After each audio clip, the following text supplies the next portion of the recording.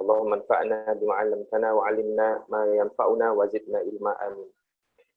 Para peserta yang telah hadir di dalam kajian online kitab Bidayatul Abid wa Kifayatul Zahid, ahlan wa sahlan bidurikum. Sebagai pengantar di awal pertemuan kita ini, mungkin perlu disampaikan bahwa kajian kitab ini adalah kajian kitab yang sangat dasar sekali, kajian yang juga tidak terlalu mendalam dan detail, karena memang, ya, mohon maaf ada sedikit gangguan di jaringan. Bisa kita lanjutkan.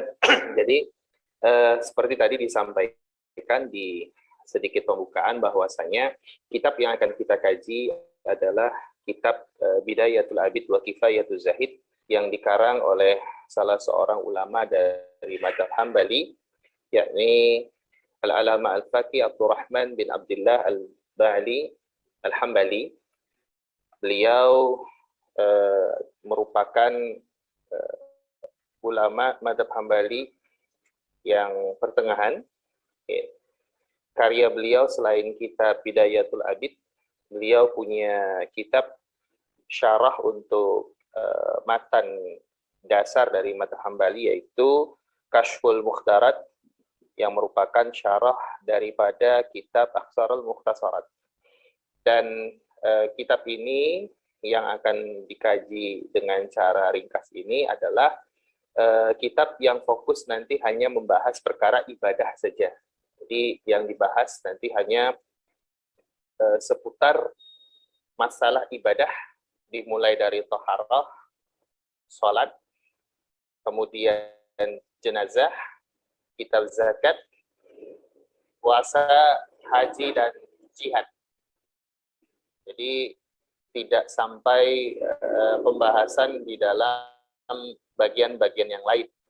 Nah, biasa di dalam mazhab Hambali ada 4 pembagian bab, ya. Mulai dari bab ibadah, kemudian dia nanti ada bab berkaitan dengan muamalah, kemudian bab mengenai usrah, keluarga, dan juga jinayat. Nah, yang kita bahas di dalam kitab ini, penulis hanya membatasi kepada permasalahan ibadah saja. Karena memang kitab ini diperuntukkan bagi pemula, dan target yang tampak dari penulisan kitab ini adalah bagi mereka yang mengkajinya dapat mengamalkannya, dapat langsung mempraktekkannya, karena itulah tujuan dari mempelajari ilmu fikih, yakni memahami dan memahami hukum-hukum syariah berdasarkan yang untuk diamalkan, berdasarkan dalil-dalil yang terperinci. Baik, kita mungkin bisa langsung melihat kitabnya.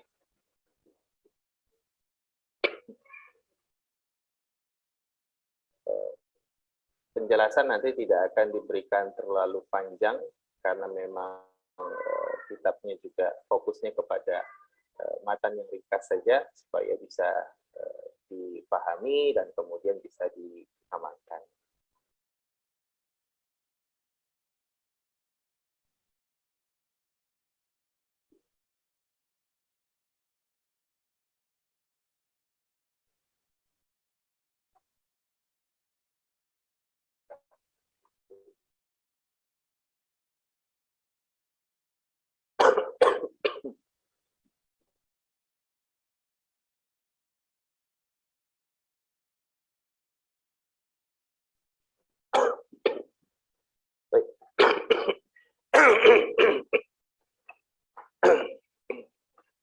Qala musannifu fi hadhihi kitab wa nafa'ani bihi wa bi ulumihi wa fi amin.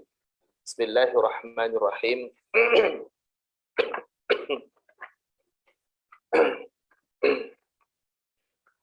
Alhamdulillahilladzi faqaha fid din man syaa minal ibad wa waffaqa ahla ta'atihi lil ibadati was-sadadi wassalatu wassalamu ala sayyidina Muhammadin al-hadi ila tariqir rasyad wa ala alihi wa sahbihi sa'adati qadatil amjad. وعلى تابعيهم بإحسان صلاة دائمة متصلة إلى يوم المعاد. أما بعد فقد استخرت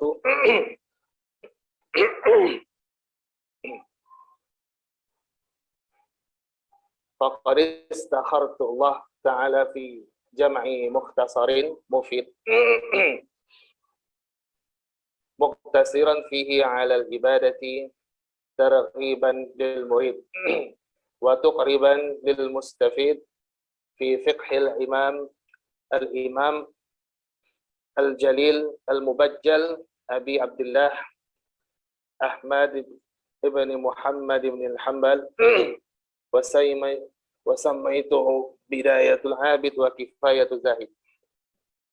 ومن الله تعالى أرتجي له قبول والنفع لكل من اشتغل به من شائل ومسؤول إنه أكرم مأمول.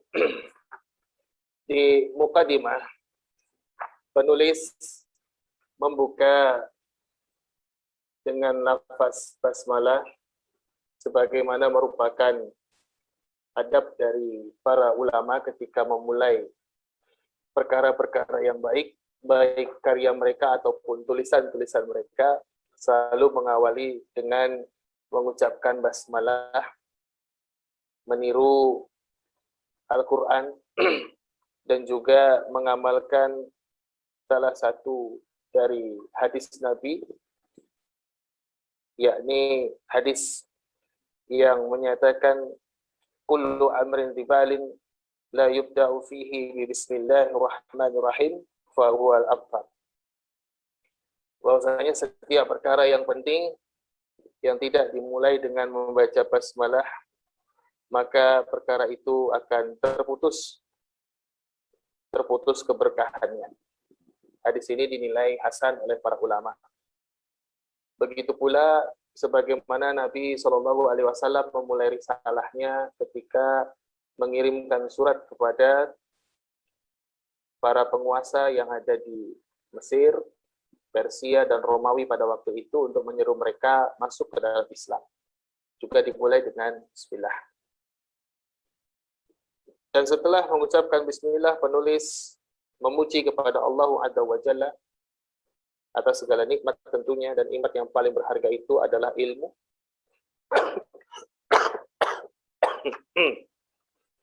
Nikmat ilmu, sehingga Allah memberikan pemahaman agama, ya, dan mampu untuk kemudian membuat karya yang bermanfaat. Dan sebagaimana juga dikatakan oleh penulis di sini, bahwasanya segala puji bagi Allah alladzi faqaha fid-din, yang telah memberikan pemahaman agamanya, man syaa minal ibad, kepada siapa saja yang dikehendakinya. Dan Rasulullah SAW mengisyaratkan pula tentang hal ini, bahwasanya ketika Allah berkehendak kebaikan atas seseorang, maka Allah akan menjadikannya faqih. Ya. Ketika Allah berkehendak kebaikan kepadanya, Allah akan menjadikan orang tersebut paham terhadap agama. Ya. Di dalam hadis dikatakan, may yuridullahu khairan yufaqihu fid-din. Kemudian Allah Azza wa Jalla, ya, dalam dikatakan, wa waffaqa ahla ta'ati lil ibadati was sa'adah. Bahwasanya yang telah memberikan taufik bagi orang-orang yang mentaatinya untuk beribadah, wassadat, dan juga berada di atas kebenaran.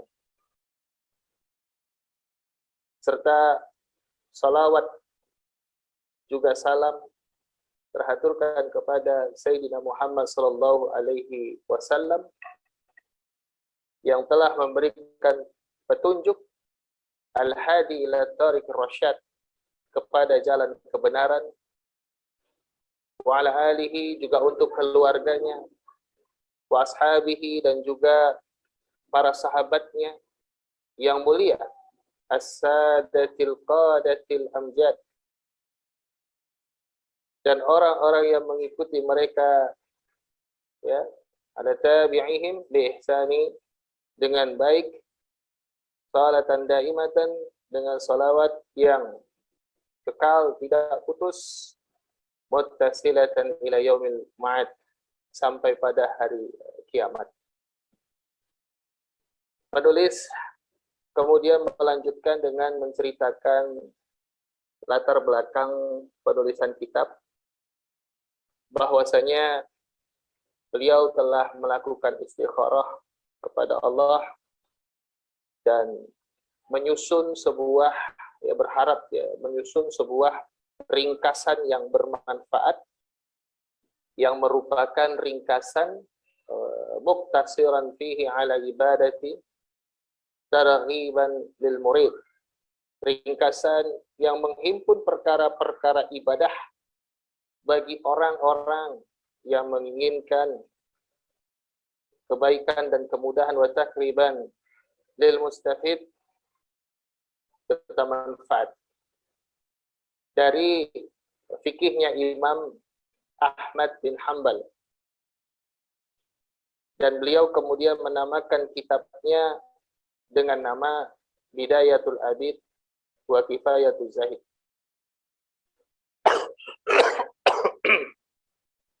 Dan di penghujung pembukaan beliau berharap kepada Allah Azza wa Jalla agar buku ini, kitab ini dapat diterima dan bermanfaat untuk setiap orang yang menyibukkan, man istaghala bihi, yang menyibukkan dengan kitab ini, mengkajinya, serta nisailin wa mas'ulin, juga orang-orang yang belajar dan mengajarkannya.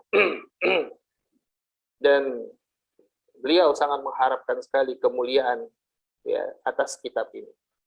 Nah, ini juga adalah adab para ulama yang menunjukkan tentang kerendahan hati mereka, tentang rasa syukur mereka dan doa mereka terhadap apa yang mereka buat dan untuk siapa saja yang mengkajinya. Baik, kita lanjutkan.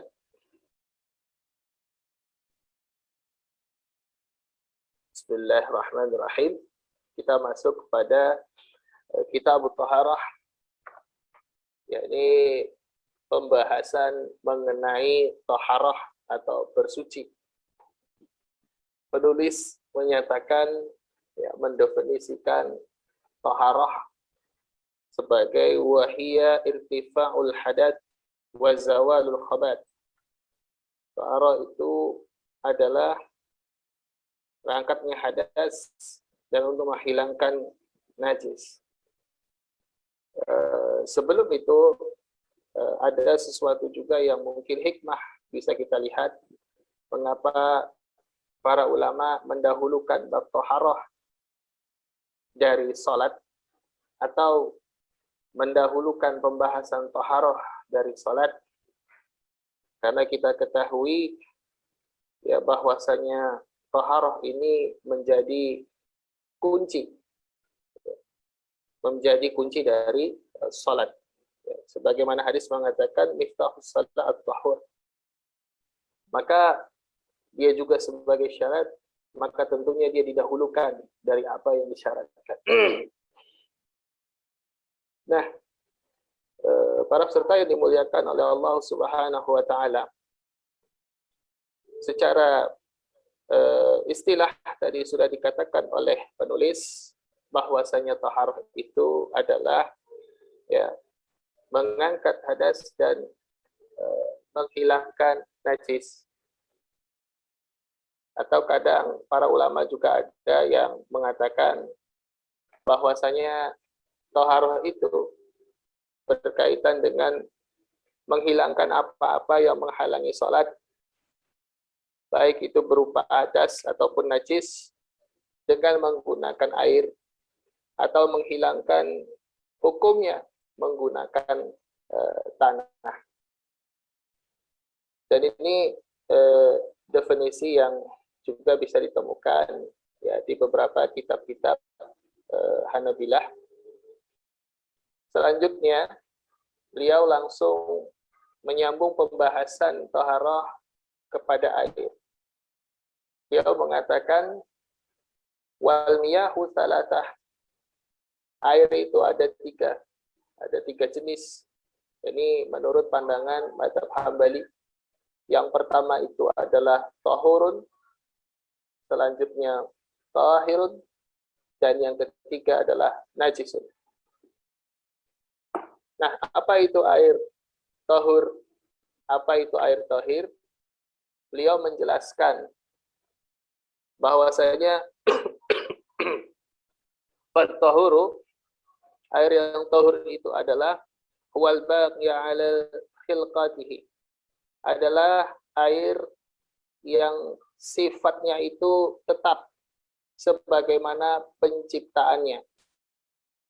Air yang sifatnya itu tetap sebagaimana penciptaannya. Tahurun fi nafsihi, suci zatnya, mutahhirun li ghairihi, serta dapat mensucikan selain dirinya. Yajuzu isti'maluhu mutlaqan, boleh digunakan air tersebut secara mutlak. Nah, apa saja yang termasuk jenis air ini?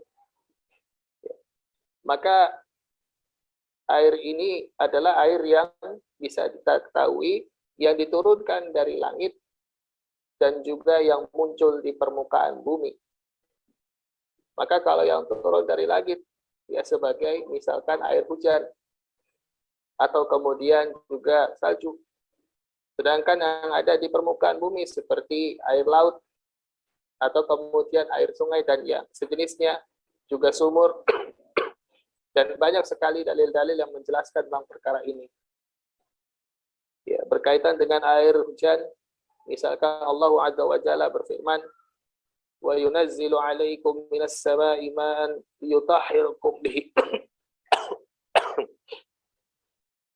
Dan berkaitan dengan air laut, juga Rasulullah SAW pernah bersabda ketika ditanyakan oleh sahabat mengenai air laut. Ya, beliau mengatakan huwat tahuru ma'uhu al-hillu maitatuhu.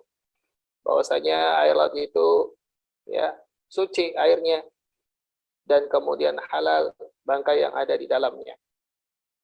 Nah, inilah yang termasuk kepada air tahur. Air yang sifatnya ya tetap sebagaimana penciptaannya. Belum ketambahan apapun. Belum ada campuran-campuran yang lain. Air yang masih murni, air yang masih sebagaimana awal diciptakan oleh Allah Azza wa Jalla. Dan air ini yang boleh digunakan secara mutlak ya, untuk taharah, yakni untuk mengangkat hadas dan juga menghilangkan najis.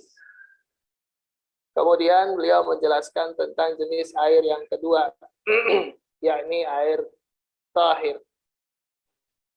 Dan beliau mengatakan apa itu air tahir?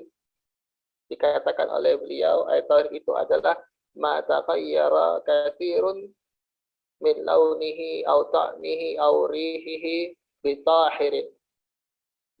Air tahir itu adalah air yang berubah mayoritas atau kebanyakan dari sifatnya, baik itu warnanya atau rasanya atau baunya, disebabkan ya adanya benda suci, ya, disebabkan benda yang suci.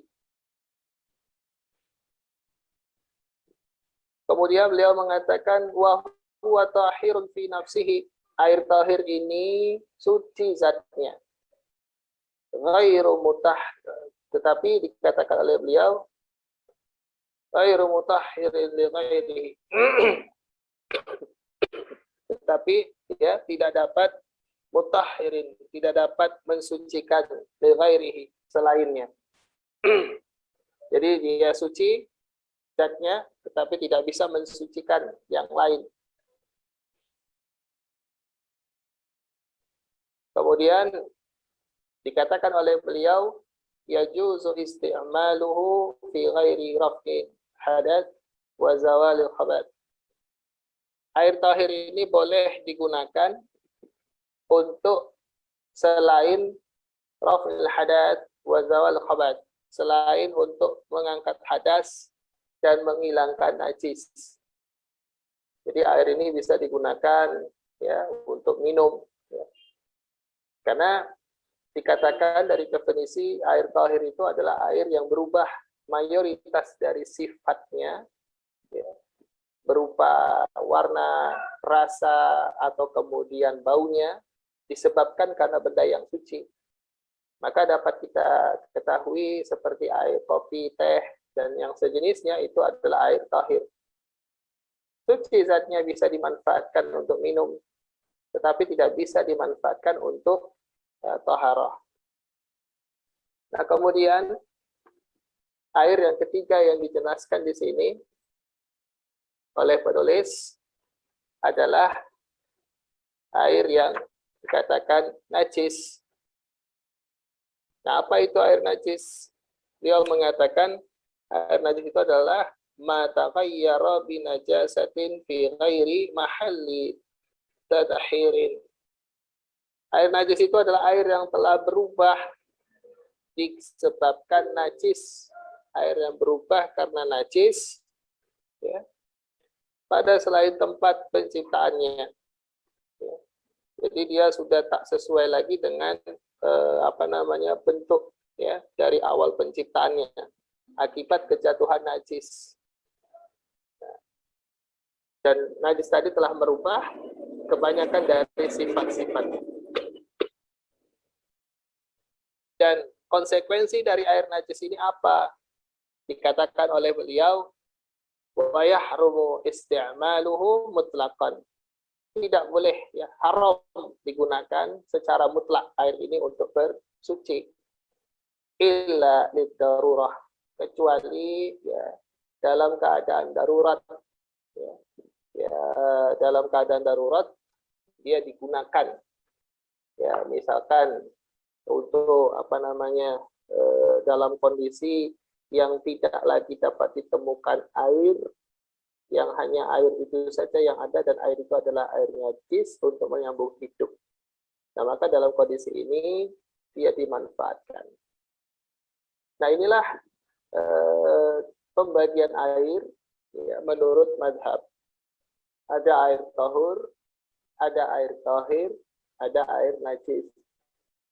Kalau air tahur itu adalah air yang dia itu suci zatnya dan dapat mensucikan. Adapun air tahir adalah air yang suci zatnya tetapi tidak bisa mensucikan.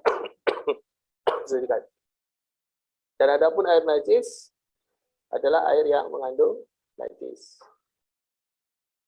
Selanjutnya, beliau juga menyinggung tentang air yang banyak. Beliau mengatakan, wal kathiru kullatani fa'aktaru. Jadi air yang banyak itu adalah air yang lebih dari 2 kulah.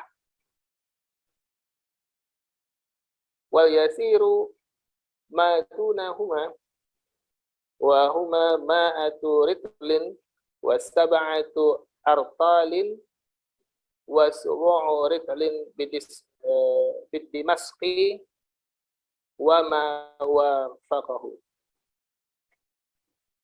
Jadi air yang banyak itu adalah ketika mencapai 2 kulah lebih, ya, 2 kulah. Kemudian kalau air yang sedikit, maknanya adalah air yang di bawah 2 kulah. Dan menurut penulis di sini, 2 kulah itu setara dengan 107,7 ritel Damaskus. Dan yang berkesesuaian dengannya. Nah, di sini kita bisa lihat ada banyak sekali pandangan ulama mengenai berapa sih sebenarnya air 2 kulah itu. Karena kita ketahui takaran 2 kulah ini menggunakan ukuran yang sekarang tidak lagi digunakan. Maka para ulama ulama kontemporer itu berbeda-beda dalam mengkonversi dua kulah. Kalau di dalam syarah salah satu syarah dari kitab Bidayatul Abid dikatakan bahwasanya dua kulah itu setara dengan 191,25 kilogram, tapi konversinya ke berat. Nah, adapun misalkan ulama lain ya seperti Syekh Wahbah Az-Zuhaili, beliau mengatakan bahwasanya dua kulah itu kurang lebih 270 liter. Jadi ini adalah perbedaan-perbedaan yang cukup banyak dan cukup luas di kalangan para ulama. Nah, dan bahkan di kalangan mazhab juga nanti ada sedikit perbedaan. Ada yang mengkonversikan kulah ini, dua kulah ini ke dalam hitungan ritel Baghdad. Ada yang mengkonversikannya ke dalam ritel Damaskus. Nah, kitab ini mengkonversikannya ke dalam ritel Damaskus. Hitungan ritel Damaskus yang itu hampir sama dengan apa yang dilakukan oleh Imam Ibnu Qudamah di dalam kitab beliau yaitu Umdatul Fiqh. Kalau Imam Ibnu Qudamah mengatakan ya, dua kulah itu sekitar 108 ritel. Kalau di sini dikatakan ya sekitar 107,7 ya dibulatkan ya. Jadi hampir sama. Sama-sama menghitung dengan penggunaan ritel Damaskus. Nanti ada lagi yang menggunakan perhitungan Baghdad. Wallahu a'lam. Nah, kemudian dikatakan masih di dalam kitab Thaharah ini wa kullu inna'in tahirin. Dikatakan bahwasanya setiap wadah, setiap bejana itu sungguhnya adalah suci. Yubahu ittikhaduhu, boleh dimiliki. Kemudian juga wasti'maluhu, dan juga boleh digunakan. Ghaira dhahabin wa fiddatin, kecuali yang terbuat dari emas dan perak. Jadi mau bejana atau wadah airnya nanti terbuat dari kayu jati atau kemudian gerabah dan yang sejenisnya diperbolehkan. Ya, yang tidak dibolehkan adalah ketika wadah itu terbuat dari emas dan perak. Ya, sebagaimana ya Nabi SAW pernah bersabda, la tashrabu fi aniyati dzahab wal fiddah. Janganlah kalian minum dari bejana wadah emas dan perak, wala ta'kulu fi sihafihima, dan juga jangan makan dari pinggannya atau piringnya. Fa inna lahum fid dunya, maka sesungguhnya itu untuk mereka orang kafir di dunia, walakum fil akhirah, dan untuk kalian di akhirat. Nah, ini menjadi hukum bahwasanya bejana yang terbuat dari emas dan perak tidak bisa digunakan sebagai wadah penampung air. Nah, mungkin itu dulu yang bisa disampaikan sedikit dari kitab Thaharah. Saya juga mohon maaf ini karena agak tidak terlalu sehat, jadi agak batuk-batuk. Bila ada yang ingin kita diskusikan, berbagi faidah, dipersilahkan oleh para peserta. Dan ini kitab yang sangat tipis sekali, ya. Tidak banyak masail-masail yang disampaikan di sini. Ya, mungkin ada yang mau ditanyakan, silahkan. Jadi kalau kita rangkumkan dalam bab ini, ya, bab yang kitab yang pertama pembahasan tentang Thaharah ini, ya, penulis sedang menjelaskan tentang 3 jenis pembagian air menurut madhab, yakni air yang suci, air yang tahur, maksudnya suci mensucikan, kemudian air yang tahir, suci tapi tidak bisa mensucikan, dan najis. Dan kemudian ya mengenai bejana. Wallahu a'lam bishawab. Ya. Jazakallah khairan Ustaz. Pada sekalian ini saya boleh unmute atau jika ingin memberi pertanyaan saya unmute-kan, nanti kemudian jika juga nggak lewat mic boleh lewat chat ya. Oke, baik, sudah bisa meng-unmute.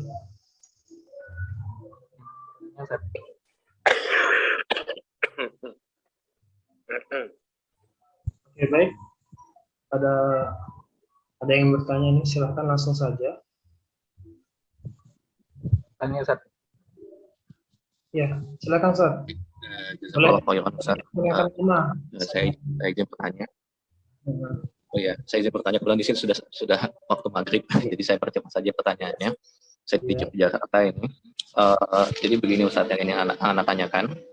Semisal ada air dengan jumlah dari 2 kula, termasuk air sedikit seperti yang ada di ember-ember di kamar mandi, itu bagaimana Ustaz? Misalkan kena percikan air kencing gitu, misalkan itu nanti bagaimana Ustaz? Jazakallah Ustaz. Oh ya, percikan air. Iya. Iya. Boleh Ustaz langsung dijawab. Ya. Ya, berkaitan yang tadi ditanyakan tentang air yang kemudian kecipratan dengan najis, ya, diceritakan ada air yang berada di dalam wadah ember. Cuman kita memang tidak mengetahui berapa ukur ember itu. Nah, andai ember itu kemudian adalah ember yang seukuran dengan 2 kulah lebih, nah, katakanlah begitu, ya, kalau menggunakan konversi yang tadi misalkan dipakai oleh Syekh Wahbah Zuhaili, yakni 270 liter kurang lebih. Nah, kemudian air tersebut terkena najis. Ya, maka bagaimana kondisi air tersebut?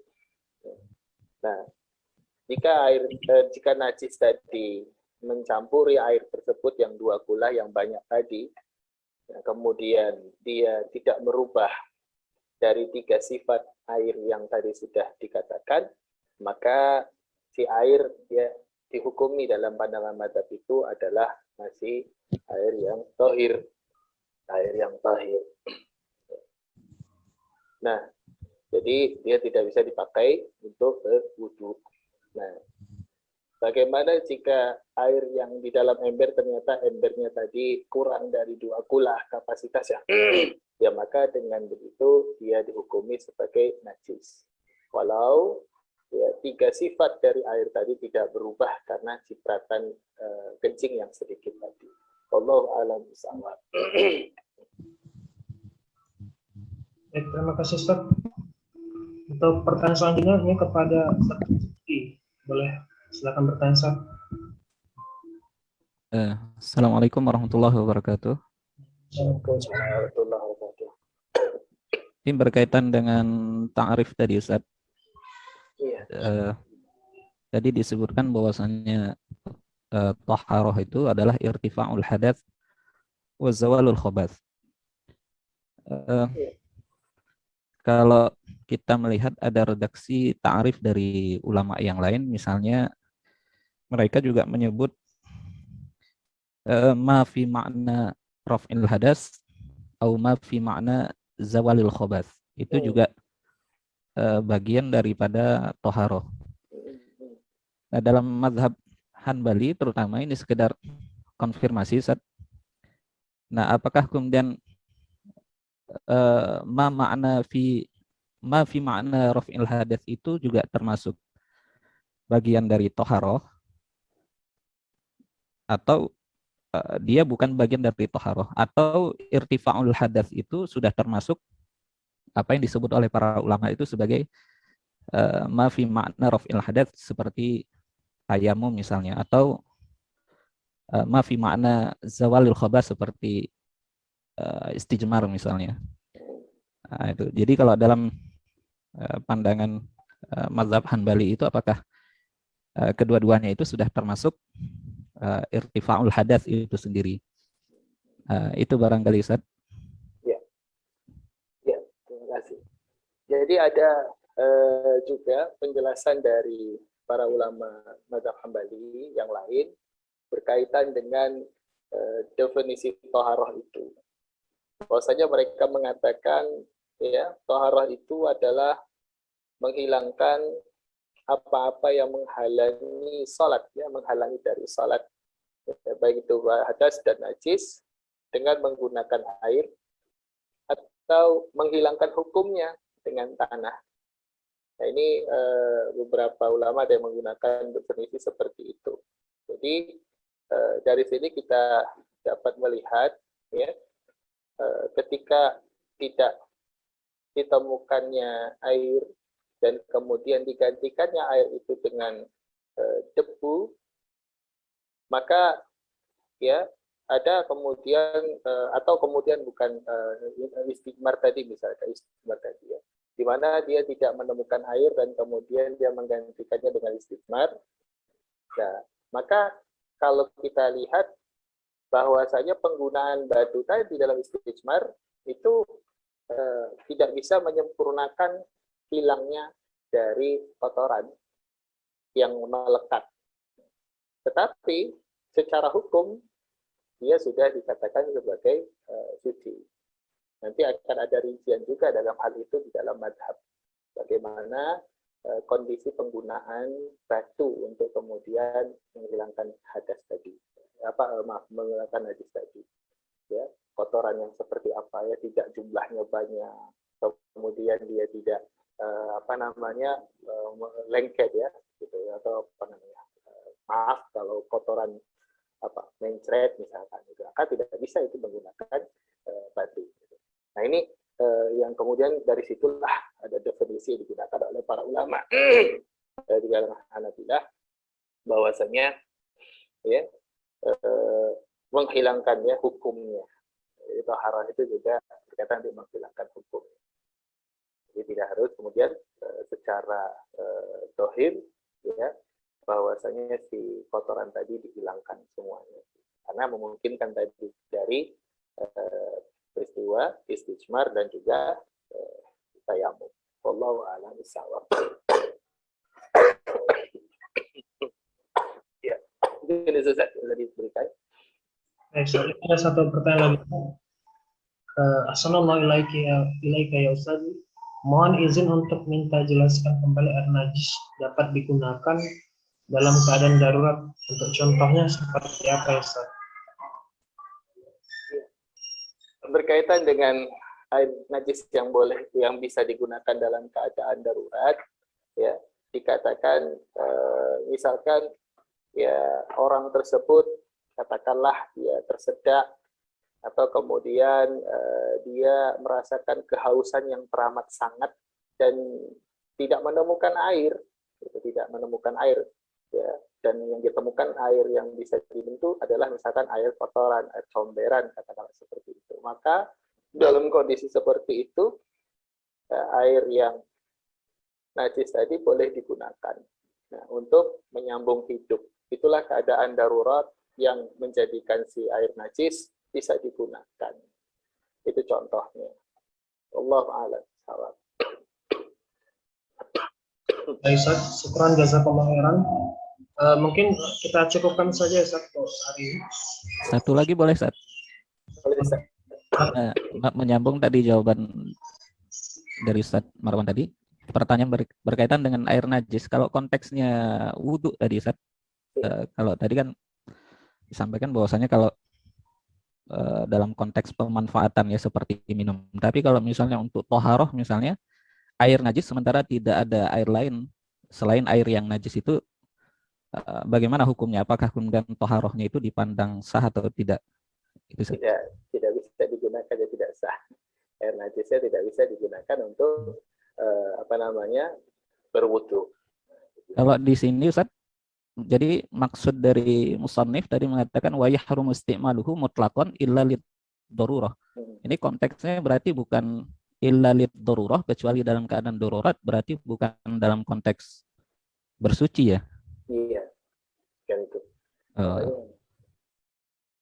Baik. Ya, Ustaz. Syukran. Baik, mungkin kita cukupkan ya, Ustaz. Oke. Kita cukupkan saja untuk pertemuan hari ini. Insya Allah nanti kepada Ustaz-Ustaz sekalian, nanti saya bagikan rekamannya. Mungkin saya upload ke Facebook, ke YouTube, atau saya bagikan audionya. Nanti kalau apa bisa juga saya baca karena kondisinya masih belum. Ya, Ustaz. Semoga cepat sembuh, Ustaz. Ya, Ustaz. Barakallahu fikum. Oke, itu saja untuk kajian sore ini. Kita cukupkan dengan lafaz hamdalah, alhamdulillah alamin.